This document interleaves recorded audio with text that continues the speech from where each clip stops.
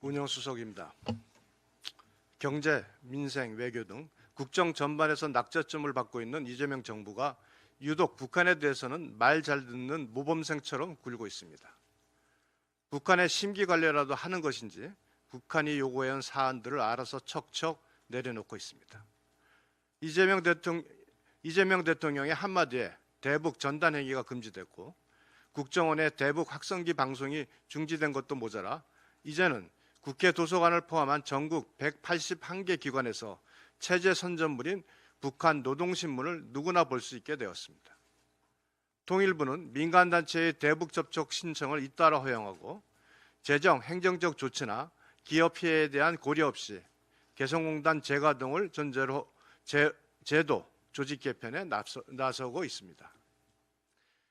이재명 대통령 출범 이후 반년 동안 일방적 대북 유화 조치만 벌써 7차례입니다. 그러나 돌아온 것은 대화가 아니라 남북관계 개선은 개꿈이라는 북한의 힐난과 조롱뿐이었습니다. 최근 무인기 사안은 이재명 정부의 굴종적 대응을 더욱 적나라하게 보여주고 있습니다.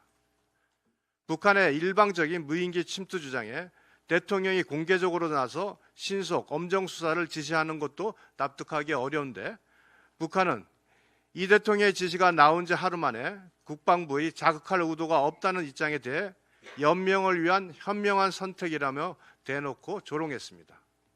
도대체 왜 이재명 정부는 이렇게까지 굴욕적으로 끌려다녀야 합니까? 이재명 정부는 북한의 약점이라도 잡힌 것입니까?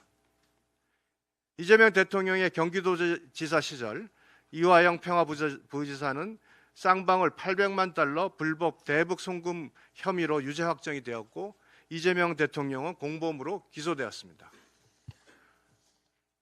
북한으로부터 불법 대북 송금의 내용을 까발릴 수 있다는 협박이라도 받고 있는 거 아닌지 의심스럽기도 합니다. 평화는 그걸로 오지 않습니다. 안보를 허물어 얻는 평화는 굴욕일 뿐입니다. 국민 앞에서는 금쪽이, 북한 앞에서는 모범생인 정부, 이재명 정부는 원칙 없는 굴종적 대북 정책을 즉각 중단하기 바랍니다.